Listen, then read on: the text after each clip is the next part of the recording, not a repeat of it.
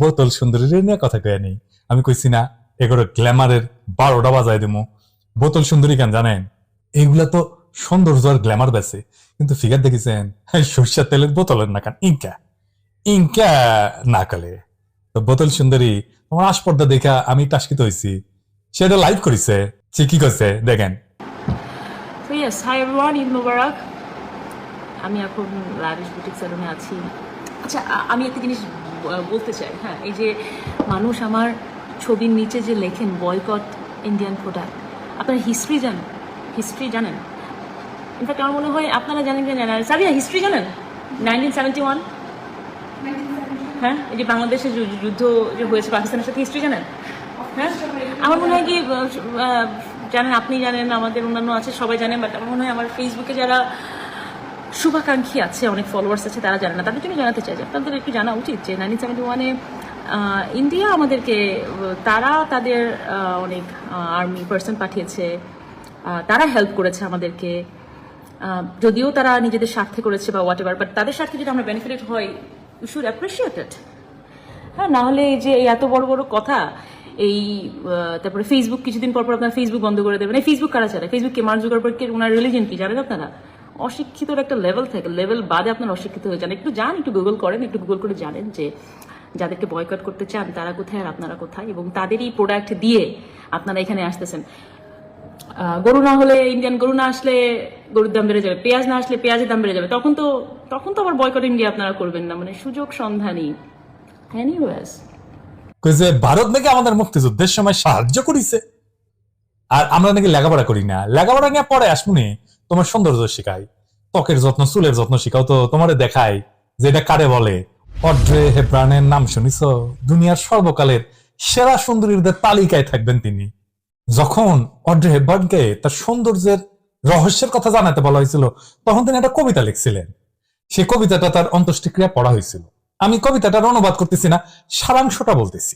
উনি বলতেছিলেন যে আকর্ষণীয় ঠোঁট যদি পাইতে চাও তাহলে ভালো কথা বলো, সুন্দর চোখ পাইতে চাও তাহলে মানুষের ভেতরে সৌন্দর্য খোঁজো, সুস্থ থাকার জন্য ক্ষুধার্তদের সাথে খাবারটা ভাগ করে নাও, তুমি যদি ভালো চুল চাও তাহলে প্রত্যেকদিন একটা শিশুকে তোমার চুলে হাত বুলাইতে দাও, ভালোভাবে শরীরের যত্ন নেওয়ার জন্য এমন ভাবে হাঁটো যেন তুমি কখনো একা না, কারণ আপনাকে যারা ভালোবাসে এবং ভালোবাসছে তারা আপনার সঙ্গেই আছে।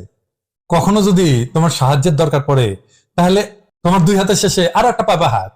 যত বড় হবা তত তুমি উপলব্ধি করবা যে আপনার দুইটা হাত আছে, যার একটা নিজেকে সাহায্য করার জন্য আর অন্যটা প্রয়োজন মতো অন্যকে সাহায্য করার জন্য। একজন নারীর সৌন্দর্য তার পরিধেয় পোশাক, মুখে বা চুল ঠিক করার মধ্যে না, একজন নারীর সৌন্দর্য তার চোখে প্রকাশিত হয়, কারণ এইটাই তার হৃদয়ের উন্মুক্ত দরজা, যে এবং এইটাই তার ভালোবাসার উৎস। জিন্দিগিতে ইনকে কবিতা লিখবার পারবো বোতল সুন্দরী? আমি শিওর অড্রে হেব্রান যে কবিতা লিখেছিল এটা তো জানো নাই। না আছে ফিগার, না আছে সৌন্দর্য, না আছে সংবেদনশীল মন। তারপরেও মাতারিত্ব করে ভাব কেন? তো লাইফ করে যে আসপর্দা দেখেছ, সেটার জন্য তোরা সামনে রেখে তোর গ্ল্যামার ইন্ডাস্ট্রির জয় বাংলা করে দেবো, প্রমিস। যাই হোক, এবার ওখানে নেতা মাদারে মাফিয়ার আলাপে আসি। একটা দেশ তাদের মেহমান অপর একটি দেশের সরকার প্রধানকে কি পর্যায়ে সম্মান বা প্রোটোকল দেয় সেটা নির্ভর করে মেহমান বা তার দেশের কাছে তাদের ঠেকা কতটুকু। এমন যদি হয় যে দেশটার আঞ্চলিক অখণ্ডতা অনেকাংশে নির্ভর করে মেহমান দেশের সহযোগিতার উপরে, তাহলে তাকে সর্বোচ্চ পর্যায়ে প্রোটোকল দেওয়ার কথা। ইমরান খান যখন ক্ষমতায় পাকিস্তানে আসছিল, ওই সৌদি যুবরাজ ইমরান খান নিজে গাড়ি চালায় ওনারে এয়ারপোর্ট থেকে নিয়ে গেছিল, মনে আছে না? দেখেন ছবিটা। উত্তর পূর্ব ভারতের সাথে ভারতীয় মূল ভূখণ্ডের সংযোগের নিরাপত্তা, বিশেষ কইরা চিকেন নেকের সুরক্ষা অনেকাংশে নির্ভর করে বাংলাদেশের উপরে। এছাড়া ভারতের পররাষ্ট্র সচিব বিনয় কোয়াত্রা বাংলাদেশকে অভিহিত করছে ভারতের ইন্দো প্যাসিফিক ভিশনের অতি গুরুত্বপূর্ণ অংশ হিসেবে। সুতরাং আমরা আশা করতেই পারি যে আমাদের দেশের কাছে ভারতের এত ঠেকা, সে দেশের অর্থাৎ বাংলাদেশের সরকার প্রধান, সে বৈধ হোক অবৈধ হোক, তাকে ভারত সর্বোচ্চ পর্যায়ে রিসিভ করবে। সৌদি যুবরাজ মোহাম্মদ বিন সালমান যখন সরকারি সফরে ভারতে আসে, তখন তাকে বহনকারী বিমানের সিঁড়ির গোড়ায় দাঁড়ায় কসাই মোদী স্বয়ং তাকে অভ্যর্থনা জানাইছিল। এমন কইতেই পারেন যে সৌদির সাথে কি বাংলাদেশের তুলনা হয়? সৌদি হইল মুসলিম বিশ্বের নেতৃস্থানীয় দেশ। মোদির হাতে মুসলমানের রক্ত, সে কলঙ্ক ঢাকার জন্য সে হয়তো স্বয়ং উপস্থিত হয়েছিল। সৌদিতে বহু ভারতীয় প্রবাসী কাজ করে খায়, রেমিটেন্স পাঠায়, ভারতের তেল আমদানির একটা উৎস সৌদি আরব। সুতরাং সৌদি যুবরাজকে এরকম প্রোটোকল দেওয়া স্বাভাবিক, কথা সত্য। কিন্তু আমাদের মনে রাখতে হবে যে সৌদি আরব ভারতের কাছে যতই গুরুত্বপূর্ণ হোক না কেন, ভারতের আঞ্চলিক অখণ্ডতা বা নিরাপত্তা সৌদির উপরে ততটুকু নির্ভরশীল না যতটুকু বাংলাদেশের উপরে নির্ভরশীল। তার উপরে এই মুহূর্তে চীন আমাদের অঞ্চলের ব্যাপক প্রভাব বিস্তার করতেছে এবং কাটাল রানীর আসন্ন চীন সফরকে বেইজিং বলছে গেম চেঞ্জার।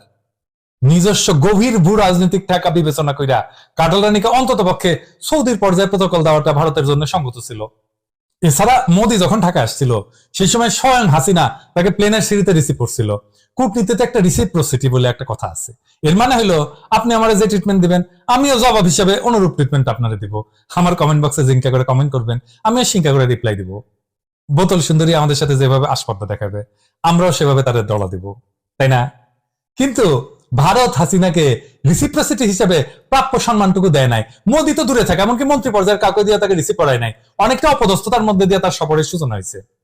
আমরা হাসিনাকে যে অবৈধ বিবেচনা করি সেটা একান্তই আমাদের আভ্যন্তরীণ ব্যাপার, কিন্তু সে তো বাংলাদেশের পতাকা হাতে নিয়ে ভারতে গেছিল। ভারত তার কেনাবান্দির সাথে ব্যক্তিগত পর্যায়ে যে আচরণ করুক না কেন, সরকারিভাবে বাংলাদেশের পতাকাধারীকে এই ধরনের অপমান কইরা ভারত আরো একবার দেখাই দিল যে আমাদের প্রতি তাদের অন্তর্নিহিত বিগ ব্রাদার সুলভ দৃষ্টিভঙ্গি। বিগ ব্রাদারের এই উদ্ধত কালো হাত চিরতরে ভাঙ্গা দেওয়াটাই আমাদের চলমান ইন্ডিয়া আউট কর্মসূচির প্রধান লক্ষ্য। এই আন্দোলন আমরা চালায় যাইতেই থাকবো যতদিন পর্যন্ত না আমরা পরিপূর্ণভাবে সফল না হই। এটা হলো এই সফরের বাহ্যিক দিক, কিন্তু আভ্যন্তরীণ দিকটা কি? আমরা বিভিন্ন সংবাদ মাধ্যমে জানতে পারছি যে সফরকালে ভারতের সাথে কাটাল রানীর গোটা 10 সমঝোতা স্মারক স্বাক্ষর হয়েছে। সমঝোতা স্মারক বা মেমোরান্ডাম অফ আন্ডারস্ট্যান্ডিং বিভিন্ন বিষয়ে দুই দেশের মতামতের ঐক্যের এক ধরনের বিবরণী, এবং এটা চুক্তির পর্যায়ে কিন্তু পড়ে না। এই প্রসঙ্গে আমি দুইটা বিষয় আপাতত উল্লেখ করব। প্রথমত, ভারতের পররাষ্ট্র সচিব বিনয় কুমার কুয়াত্রা জানাইছে যে আগামী মাস থেকে বাংলাদেশের ভেতর দিয়া ভারতের ট্রানজিট রেল পরীক্ষামূলকভাবে চলাচল শুরু করবে। আমাদের মুরব্বীদের আমি জিজ্ঞেস করি, আপনাদের মনে আছে না মুজিব ইন্দিরা চুক্তিতে ভারত পরীক্ষামূলকভাবে ফারাক্কাবাদ চালুর একটা প্রভিশন রাখছিল। ভারত এই চুক্তির তোয়াক্কা না করে পরীক্ষামূলকভাবে ব্যাপারটাকে একতরফাভাবে স্থায়ী করে ফেলছিল। এটাই হলো ভারতের 2 নম্বরই। এই জন্য ভারতের সঙ্গে কোনো চুক্তিকে বিশ্বাস করা যায় না। যাই হোক, ফারাক্কাবাদ ভারতের অভ্যন্তরে হওয়ায় আমরা এটা নিয়ে কিছু করতে পারিনি, কিন্তু ট্রানজিট রেল তো বাংলাদেশের বুকের উপর দিয়ে চলার কথা, তাই না? সুতরাং এইটা তো আমরা জনগণ ইচ্ছা করলে আটকাই দিতে পারবো। শুধুমাত্র অবৈধ একটা সরকারের সাথে মেমোরান্ডাম অফ আন্ডারস্ট্যান্ডিং এর ভিত্তিতে যেটা চুক্তির পর্যায়ে পড়ে না সেটা আমরা বাংলাদেশের জনগণ মাইনা নেব কেন? এটা তো পুরোপুরি ভারতের স্বার্থে হয়েছে। আমাদের কি কাজে লাগবে এই ট্রানজিট ট্রেন ব্যবস্থা? ইন্ডিয়া তো বাংলাদেশের ট্রেন ব্যবস্থাকে তো ভারতীয় ট্রেন নেটওয়ার্ক ডাশ করে ফেলবে। তাছাড়া এই ট্রেন লাইন ইত্যাদি কার পয়সা দিয়ে তৈরি হয়েছে? আমাদের টাকায় তৈরি হয়েছে। আমাদের অবকাঠামো ব্যবহার করবে ভারত ভূ রাজনৈতিক স্বার্থে প্রায় মাগনায়, আর আমরা কি তা চাই দেখবো? তাছাড়া এইটা যাতে পুরোপুরি ভারতের ট্রানজিট হিসেবে দেখা না হয় সেজন্য ভারতীয়রা এর মধ্যে ভুটানকেও যোগ করছে। কিন্তু এই যে ভুটানের ব্যাপারে তারা বলতেছে এই সংযোগ হবে তখন যখন ভুটানের সঙ্গে রেল সংযোগ স্থাপিত হবে, অর্থাৎ বাংলাদেশের সঙ্গে ট্রানজিট নগদ আর ভুটানের সঙ্গে রূপকথা থাকলো বাকির খাতায়। আমরা তো 50 বছর ধরে ভারতকে দেখে আসতেছি, তাই না? 80-র দশকে বাংলাদেশ ভুটান বাণিজ্য চুক্তি স্বাক্ষরিত হয়েছিল, যেটা বাস্তবায়ন করা যায় নাই ভারতের মধ্যে দিয়ে ট্রানজিট না পাওয়ার কারণে। আপনি কি মনে করেন যে ভারত সড়ক পথে ভুটানের সাথে বাংলাদেশকে দশকের পর দশক দেয়া ট্রানজিট দেয় না, সে রেল পথে আমাদের সে ট্রানজিট দেবে? আসলে ভুটানের সঙ্গে রেল সংযোগ ব্যাপারটা হইলো একটা ভারতীয় ধাপাবাজি। এতে আরেকবার প্রমাণ হইলো যে ভারত খালি নেয়, বিনিময় কিছু দেয় না। এটাই তাদের নীতি। শুধু কি ট্রেন যাবে, এরপরে ট্রেনের নিরাপত্তার জন্য ট্রেনের সাথে ভারতীয় পুলিশ, আর্ম ফোর্স, এমনকি সেনাবাহিনীও আসবে। আমরা কোনো অবস্থাতেই বাংলাদেশের বুক চিরা ভারতের এই ট্রানজিট চালাইয়া যাইতে দিতে পারি না। এই ট্রেন আটকাইয়া দেওয়াটা আমাদের জাতীয় কর্তব্য, এবং যথাসময়ে ইন্ডিয়া আউট ক্যাম্পেইনের অংশ হিসেবে এইটা আমরা অন্তর্গত করব। প্রশ্ন তুলতে পারেন কেমনে আটকাবেন? সেই সামর্থ্য আছে আপনাদের? কেমনে আটকাবো জানি না, কারণ এইটা নিয়ে চিন্তা করার অবকাশ আসে নাই, এটা দ্রুত হয়েছে। আপনারাও চিন্তা করেন, আমরা একই সাথে একটা পরিকল্পনা বের করব। আর সামর্থ্যের প্রশ্নটা আপাতত একটু তুলে রাখেন, ভিডিওর শেষে সামর্থ্যের বিষয়ে জবাব থাকবে। কিন্তু বটম লাইন হইতেছে এই ট্রেন যাবে না, কোনোভাবে আমরা যাইতে দেব না। দ্বিতীয় পয়েন্টটা হলো কাটাল রানীর সফরকালে যৌথ সংবাদ সম্মেলনে কসাই মোদীর 2টা বক্তব্য। প্রথমত সে বলছে যে তিস্তা নদীর সংরক্ষণ এবং ব্যবস্থাপনার জন্য একটা কারিগরি দল শীঘ্রই বাংলাদেশ সফর করবে। এই সফরের কি দরকার? উজানে পানি আটকাইয়া তিস্তাকে তো মারছে কে? ভারত তো মারছে, নিজের হাতে নদীরে খুন কইরা এখন বলে আমরা এটাকে সুন্দরভাবে দাফন করব। ভারতের যদি সদিচ্ছা থাকতো তাহলে তো তিস্তা চুক্তি বাস্তবায়ন করে আমাদের হিস্সা আমাদেরকে বুঝাই দিত। আন্তর্জাতিক নদী, আমরা তো আইনত এর পানির হিস্সা পাই, সেটা তো সে দেয় নাই। এখন চীন $1 বিলিয়ন তিস্তা প্রকল্প অর্থায়ন করবে, সেটা শুনা ভারতের হোগায় মরিচ বাতি চলে গেছে। ভারতের পররাষ্ট্র সচিব মাসখানেক আগে এসে বলে যে তারা নাকি এই প্রকল্পে টাকা দিবে। তুই কত টাকা দিবি রে? ইন্ডিয়া কি টাকা দেওয়ার সক্ষমতা আছে? মাত্র 71 কোটি ডলার ঋণ দিছে, তাও ভারত পুরো হাসিনা আমলে। তাছাড়া তোর টাকা দেওয়ার কি দরকার? চুক্তি বাস্তবায়ন করলেই তোর চুকে যায়। তা না কইরা এখন ফোন দিয়ে আসতেছে চীনকে কেমনে ঠেকানো যায়, কারিগরি তেল ইত্যাদি হইলো। চীন যদি আসে তার উপরে যেন নজরদারি করা যায়। চীন তোরে নজরদারি করতে দিলে তো এতই সোজা? চীন তো বোকা। মোদি আর একটা ডেঞ্জারাস কথা বলছে সেই যৌথ সংবাদ সম্মেলনে। কি সেটা? সেটা হলো বাংলাদেশের প্রতিরক্ষা সক্ষমতার বৃদ্ধির এবং আধুনিকায়নের জন্য ভারত সহযোগিতা করবে এবং বাংলাদেশের সাথে বহুমুখী সামরিক সহযোগিতা বজায় রাখবে। আপনারা জানেন চীন হইল বাংলাদেশের সবচেয়ে বড় সামরিক সহযোগী দেশ। মোদির এই উক্তির উদ্দেশ্য হইতেছে চীনের এই অবস্থানকে দুর্বল কইরা দেওয়া এবং সেই প্রক্রিয়ায় বাংলাদেশকে আরো বেশি কইরা ভারতের সমর কৌশলের অধীনস্থ করা। কাটাল রানীর দিল্লি সফরের মাত্র কয়েকদিন আগে টাইমস অফ ইন্ডিয়া একটা ভুয়া খবর পরিবেশন করে বাংলাদেশে যে সকল সামরিক সরঞ্জাম চীন রপ্তানি করে সেগুলি নাকি ত্রুটিপূর্ণ এবং এই কারণে বাংলাদেশের সশস্ত্র বাহিনী নাকি চীনের উপরে ক্ষুব্ধ। বালের আলাপ দাও, কইলেই হইল আমরা জানি না। এই প্রচারণা ভারতীয়রা ছাপাইছে আবার আফ্রিকার জিম্বাবুয়ের এক পত্রিকায়। দেখেন, চীন বিরোধী এই প্রোপাগান্ডার উদ্দেশ্যই ছিল কাটাল রানীর সফরের সময় ভারত যাতে চীনকে ল্যাংমাইরা কাটাল রানীকে চাপ দিয়া বাংলাদেশের সামরিক খাতে বেশি করে অনুপ্রবেশ করতে পারে। বাংলাদেশের স্বাধীনতা, সার্বভৌমত্ব, আঞ্চলিক অখণ্ডতা এবং আমাদের জনগণের গণতান্ত্রিক আকাঙ্ক্ষার সবচেয়ে বড় প্রতিবন্ধক কে? ইন্ডিয়া। সেই ভারতের কাছ থেকে আমরা কেন প্রতিরক্ষা সংক্রান্ত সহযোগিতা নিব? প্রশ্নই ওঠে না। ভারতীয় পণ্য বয়কটের মধ্যে আমরা এই পর্যায়ে সকল প্রকার ভারতীয় সামরিক সরঞ্জাম বয়কট করলাম। আমরা এর লিস্টের আমাদের তালিকার মধ্যে ভারতীয় সামরিক সরঞ্জাম বিবেচনা করব। আমাদের দেশপ্রেমিক সশস্ত্র বাহিনীকে আহ্বান জানাবো তারা যেন কোনোভাবে ভারতের এই চক্রান্তে পা না দেন এবং ভারতীয় সামরিক সরঞ্জাম আমদানি করা থেকে সম্পূর্ণ বিরত থাকেন। যে জেনারেল অতিরিক্ত উৎসাহ দেখাবেন না, ভুলে যান না। পুরো প্রক্রিয়া পর্যালোচনা করে কার কত দায় সেটা বাই করতে পারবো আমরা। আর ভাইবেন না আপনার সহকর্মী আপনার উপরে বিলা হইয়া নাই। পুলিশের এই সম্পদের হিসাব বাইর হইতেছে না ভিতর থেকে, যারা বঞ্চিত তারাই বাইর করতেছে এইসব, আপনাদেরও বাইর হবে। আর মাথায় রাখেন, যদি আমরা ধরতে পারি যে এই জেনারেল ইন্ডিয়ার হইয়া লেসপেন্সারি করছে, ইন্ডিয়ার সামরিক সরঞ্জাম বাংলাদেশের সামরিক বাহিনীতে ঢুকাইছে জোর কইরা, অতি উৎসাহী হইয়া ওর চামড়া তুলে ফেলবো। কিন্তু যত বড় জেনারেল হন না কেন, মাইন্ড ইট, মাথায় রাখতেন। কসাই মোদি যে হাসিনাকে সামনে রেখে যৌথ সংবাদ সম্মেলনের কথাগুলো বললো, তার ভিত্তি কি? নাকি খুনি হাসিনা বাংলাদেশের জন্য অত্যন্ত স্পর্শকাতর বিষয় ভারতের সাথে গোপন চুক্তি করছে এই সফরে? আমাদের মনে আছে 71 সালে স্বাধীনতা যুদ্ধ চলাকালে প্রবাসী তাজউদ্দিন সরকার ভারতের সাথে একটা দাসত্ব চুক্তি স্বাক্ষর করছিল, যেটা বিষয়বস্তু সম্পর্কে সারা জাতি ছিল অন্ধকারে। এবারে কি দিল্লি গিয়া বাংলাদেশের কোন প্রধান স্বার্থ বন্ধক দিয়া এই ধরনের কোন চুক্তিতে আবদ্ধ হয়েছে কাটাল রানী? এটা হয়তো আমরা এখনই জানতে পারবো না, কিন্তু এই প্রশ্নটা অত্যন্ত জরুরি, আমরা এই প্রশ্নটা করে রাখলাম। সবশেষে যে কথাটা বলতে চাচ্ছি সেটা হইতেছে, কাটাল রানীর দিল্লি সফর শেষ হইতে না হইতেই বাংলাদেশে এসে হাজির হয়েছেন চীনের একজন মন্ত্রী মিস্টার লিউ জিয়ানসাও, যাকে চীনের ছায়া পররাষ্ট্রমন্ত্রী হিসেবে অভিহিত করা হয়। চীনের অত্যন্ত গুরুত্বপূর্ণ নেতা এবং চীনের পররাষ্ট্র মন্ত্রণালয়ের অত্যন্ত প্রভাবশালী নেতা। উনি হাসিনা আইসা সারল না, তার মধ্যে উনি বাংলাদেশে চলে আসছেন কেন?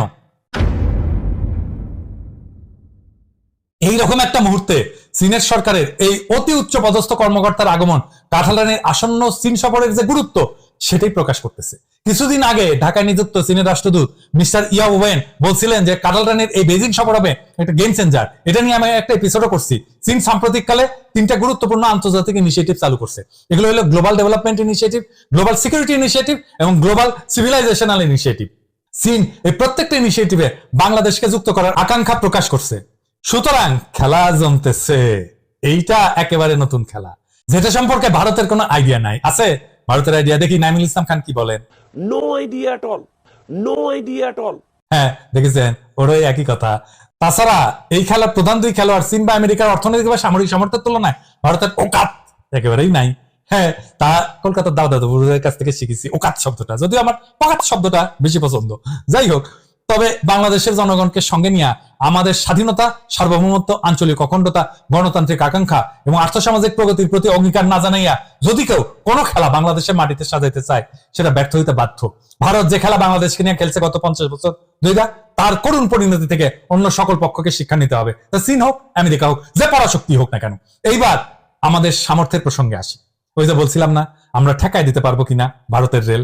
গল্প বলি। চারিদিকে সরগোল পড়ে গেছে, মানুষ দিক শূন্য হইয়া দৌড়াইতেছে। কেন? আকাশ নাকি ভেঙ্গা পড়ার পড়বে, সবাই দৌড়াইতেছে নিজে বাঁচার লেগে। এক চড়ুই পাখি মাটিতে পিঠ দিয়ে শুয়া 2 পা আকাশে তুইলা শুয়ে আছে, এমন ভাবে যে আকাশ ভাঙ্গা পড়লে সে 2 পা দিয়ে ঠেকাবে। একদম পালাইতে পালাইতে চড়ুই পাখিতে জিগাইতেছে, তুমি কি তোমার এই সামান্য 2 পা দিয়া আকাশ ভাঙ্গা পড়লে ঠেকাতে পারবা? চড়ুই পাখি বলে, আকাশ ভাঙ্গা পড়লে তুমি কি পলায় বাঁচতে পারবা? পারবা না তো। তুমি যদি পলায় বাঁচতেই না পারো, তাহলে তোমার শক্তি কম না বেশি এই হিসাব না কইরা আসন্ন বিপদকে মোকাবেলা করার চেষ্টা করাই তো বীরের কাজ। বাংলাদেশের বুকের উপরে ভারতের দিনে দিনে আরো কঠোরভাবে চাপা বসতেছে।